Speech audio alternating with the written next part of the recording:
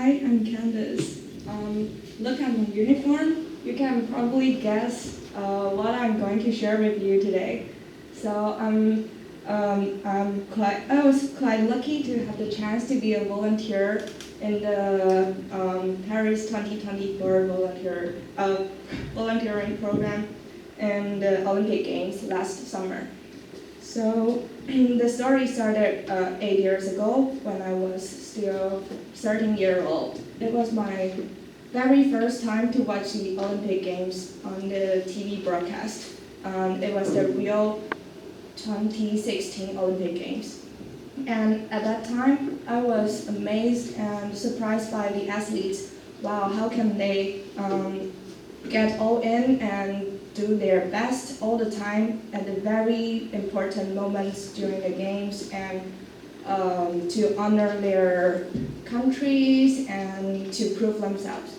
So 5 years later, it was my second time to watch the Olympic Games, and it was the 2020 Tokyo Olympic Games. And at that time, I saw many of our national team members like Dai Ziying, Ling Renru, Li Yang, and Wang Qiling. They all performed really, really well at the games and at their specific fields. And they also sparked a trend for the public to play sports. So I made up my mind that one day I would like to join the game and to cheer up and support my favorite athletes. So I did quite a lot of research on the internet. I searched and viewed on some of the news, the blogs and everything. And at last, I found out on the official website of the next Olympic game holder, the Paris 2024. I searched on the official website that if I would like to be a volunteer or to participate in the Olympic Games, I would have 3 requirements to get, and all the people's included. There are 3 requirements. The first one is you have to be at least 18 years old. And the second one is you have to speak more than 2 languages, including your mother tongue. Like for me, I can speak Mandarin and English and a little bit French. And the third one and the last one is you have to have enough time to be in the pre-training session, and also, of course, the in-person Olympic Games. Everything that you have to be in, and for how long, it depends on you. But the longer you can get in, the easier you can get the program. So my journey started. I went on the website again, and I did lots of paperwork to find out, what kind of things that I can contribute to the games, and what kind of things that I want to gain from the games, and what kind of sport-related experiences do I have, and so much more. And I even took the test of the job assignment from the Olympic organization to find out, what kind of work that I am more likely to do in the after periods. But I still have, to be honest, I still have no idea what I will be selected as one of the 45,000 out of 300,000 applicants. So I was quite confused, but I also felt really, really surprised. And after that, it comes the pre-training session. Pre-training session was online. So the videos show what you have to do during the Olympic Games, and as a general, like what kind of events you have to engage in, and what kind of people, what kind of spectators and managers and disabilities, all kinds of that you have to help with, and yes, just like that. And but the pre-training session was not as easy as it thought, because the most difficult part was not about the training session itself. It was you have to find your the housing problem, like, because during the Olympic Games, it was really hard to find a place to live, and for the reasonable prices, and for also the reasonable commute times between the place you lived and the arena you were working in. So it was quite difficult. Oh, and after my application, it took me like more than half a year to get the acceptance letter. And to get the acceptance letter, and after you get the acceptance letter, yeah, you just started to find the housing and everything, to buy the plane tickets, and yeah, to do everything that you can do. And so the day finally came to the time that I had to go to Paris. So I was really excited. And the first thing that I did when I get to Paris was to collect my accreditation card, this one, and also the uniforms that I wore. So I got a bag of all my uniforms to have the jacket, and you can also pull it down, and it will be a vest, and also the shirt and the short. You can like zip it, and it will be shorter. So you will be able to wear it every day, like for summer, and sometimes when it's raining or it's really cold, and you can always wear them. And also the shoes and the different colors of socks. Yeah, and also I got the swatch from the Olympic Games. Yeah, and that's what about the preparation. And so after I collect everything, it was the time for the physical training. And the physical training was 1 week before the real game started. So during the physical training, we first met our colleagues, or you can say our partners. So we met with each other, and we also participate in the welcoming ceremony for the volunteers. And then they were introduced us to the arena that we were assigned. And the arena were really huge. There were like 7 venues in the arena, and the 7 venues are mainly for the athletes and for the sports activities. For example, there were 4 sports activities in our arena. The volleyball, the table tennis, the handball, and also the weightlifting.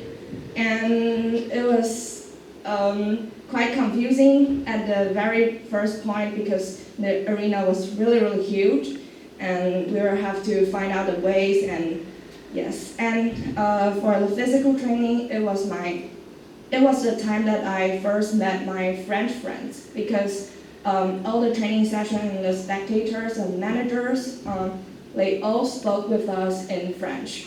And as I said, I only understand a little bit French, so I couldn't understand all of the instructions. So a group of French people, like usually the same age as us, they came to me and say, "Oh, we can do a translate for you," and I was really happy. So they soon became my first group of friends there. And after the physical training, the real Olympic Games finally started. So before the very started, we were always there to put on some stickers and signs on the walls, the stairs, and the chairs, to like tell people, oh, here is the way you can go, and here you can't go. And to also show us like, oh, here we have to prohibit the spectators from going on there. And that's before, but also during the Olympic Games, if someone discover, oh, there's something missing, and we have to put the stickers in everywhere. Yeah, and then sometimes we were also assigned to tell the spectators in the early morning, like, oh, this way, to go to your venue to watch the games, like to show their right directions. And because I am one of the team member of event and venue management team, so that's one of my assignment. So you are probably quite confused and you can't tell from what I was doing from the name of event and venue management. But you can think like it was a universal plug. If you plug it in wherever you want, and it would help the electric current move smoothly. So that is to help the event works smoothly as a whole. And some of our tasks was quite easy, just to bring the mascot around and to show, oh, this way, because it couldn't see really clearly, so just to show the way and that it can be to play with the spectators and something. And sometimes I took this kind of equipment to scan the tickets, like, okay, this is the volleyball game, so this way, and to check if it's the wrong or it's a right ticket. And sometimes I was assigned to check the security, whether if they were still on their right position or they just walked away, not doing their job or something. And I took a map and to write down everything I saw. And the previous slide was the game of handball, and I was assigned just to sit in the field of play and just to prohibit the spectators from running down the field to interrupt the players. And sometimes I was assigned to the food center, like to scan the accreditation to tell whether the volunteers to have their lunch or not. And sometimes I was just there to watch the game because my shift ended. And sometimes I met some of our national team members and I asked to take a picture with them. And sometimes I can take a torch and take a picture and walk around. And sometimes I was interviewed by the news because I was quite few Taiwanese to be there as a volunteer. And sometimes I drew something about Taiwan on the blackboard to show and to do some cultural exchange with others. And these are my friends, that a group of French friends that they did the translation for me, and we became friends really quick. And yeah, that's what mainly what I did during the Olympic Games. And I would like to say not only about the Olympic Games that I watched and that the athletes I supported, but also about you gain some cultural differences. You get to know how the huge global organization works, and you also have some friendships for a really, really long time. Still, I have keep in touch with these friends for now, and the very most important thing is that you have to do whatever you really want, because you don't know in the next 8 years where you are going to be, and you just do what you truly want to do, and that's what really matters, and you will be proud of yourself. So I think in the 4 years later, I will be in the Los Angeles Olympic Games again. Thank you.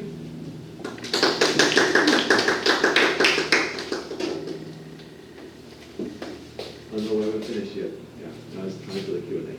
Oh, sorry. Good, can we start with any questions, comments, anything like to say, please? I would like to ask how much did it cost you, like for the whole, like accommodation, traveling, eating?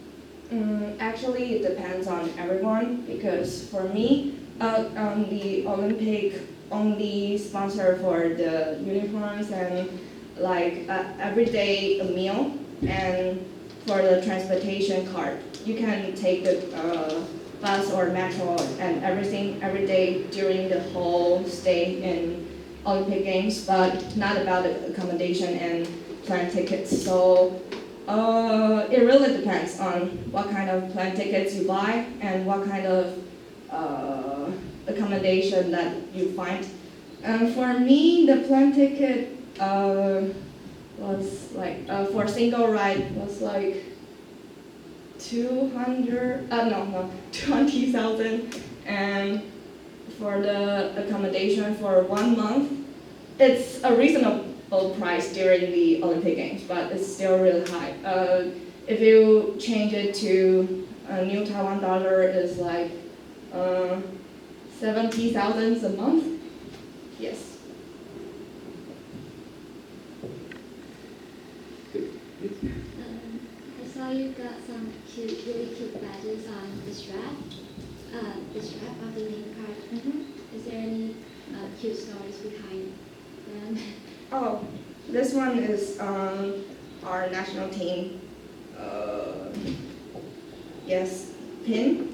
Because I met Zhang Zhiyuan and Gao Chenrui, and when I met them, I asked, "Oh, can I take a picture with you?" And they said, "Oh, yes, yes." And they found out the pin for me and say, "Oh, that's for you." And some others pins are because there's a tradition like for volunteers to ask the athletes from different countries like, "Oh, do you have your country pins or something?" And if they have, they will give us.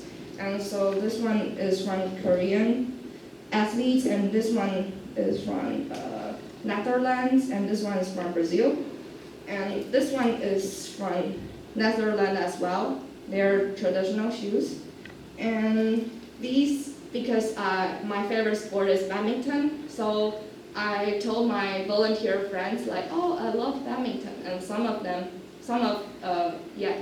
of them, he was a French guy, quite an old man, and he gave me this with the French flag colors and said, "Oh, it's your favorite sport." So I found out this one and just give you. And this one is for the volunteer.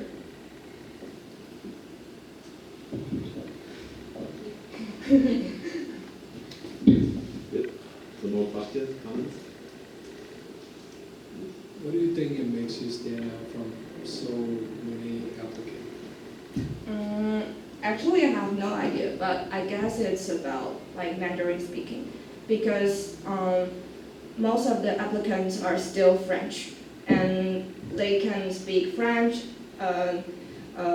Espanol, English, and something, but not about Mandarin. And also because there were so many Chinese people there, and they always took something like a bag and writing something in Mandarin there. And because in the Olympic Games they had some sponsorships from like Coca-Cola or something like Visa, so you can't usually put the tags or the brand name on the thing you bring into the arena. So if there were Chinese people with a bag, all the managers and the instructors will come and ask me, "Oh, what they wrote on the bag, and can you translate it, or is it prohibited in the arena or something like that?" So something that I have to deal with the Mandarin problems. Just to follow up, may I just ask why they wrote something on the back? What did they usually write? Oh, they just wrote something about their athletes, like, oh, the birthday of the athletes and the names, but they couldn't understand, so they always asked me. And some like supporting flags or things like that. So it's like they try to bring maybe science into the arena. Yes, but not the real science. It's about like to support, like 加油 or something. Yeah, but in longer sentences. Also, may I just know how many volunteers there were in the Olympics? Total for 45,000. 45,000. In different arena, and I was assigned to the South Paris arena, and yeah, for only 4 kinds of sports.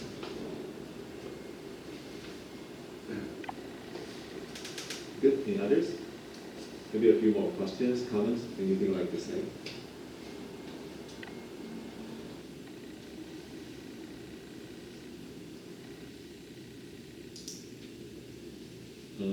So if you can, maybe you can also try to share with us any bad experiences.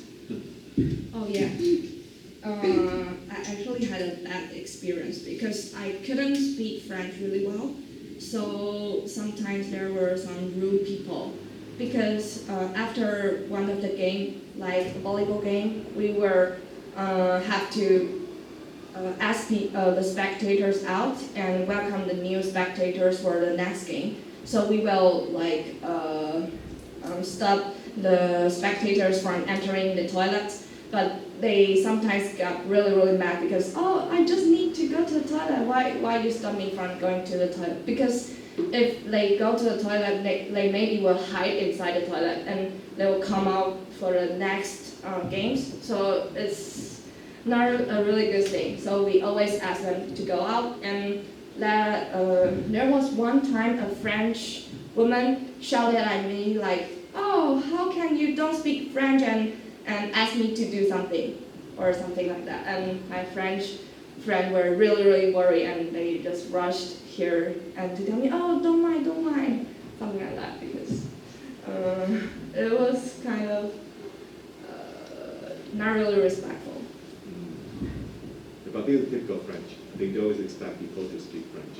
Yeah, but it's getting better and better. And actually, the volunteer in the Olympic Games, they all spoke really fluent English, but not about the spectators. Yeah. Good. So any further questions, comments? All right, if not for now, then thank you very much for the talk. Thank you.